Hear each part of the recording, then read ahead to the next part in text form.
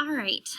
For this class, I didn't have one big project. I had lots of little tasks that I didn't want to do, but with this time, I made it possible.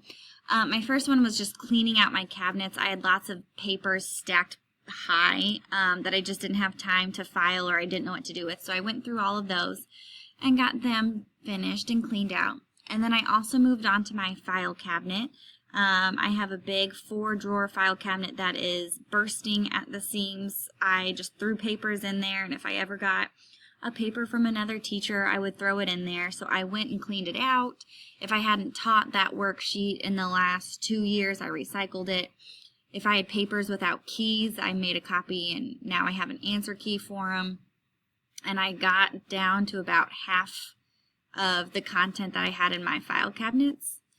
So that was exciting. And then from there, the stuff that I decided I would keep in my file cabinets, I also wanted to make a digital copy in case I, need to find it quicker, or if I need to make a copy and I can't leave my classroom.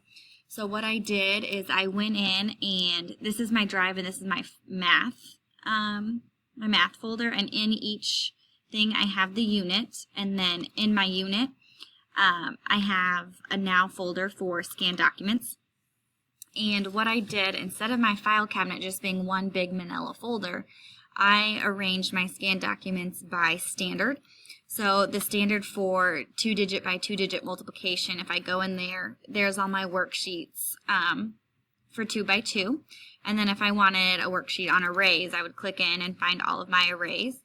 So this, there's a bunch of factors and multiples. This is an easier way for me than to pull out my multiplication folder and dig through the whole pile. Now I know exactly what standard, and I can go in and find it.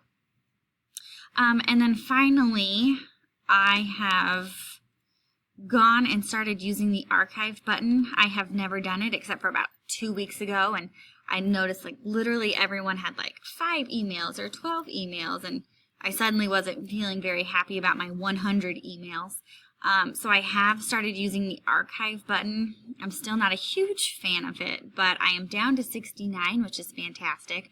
I'm going to try and get a little bit lower, but still kind of weird archiving it. So it's a start, but I'm glad I had this class so that I could get those little minuscule tasks done.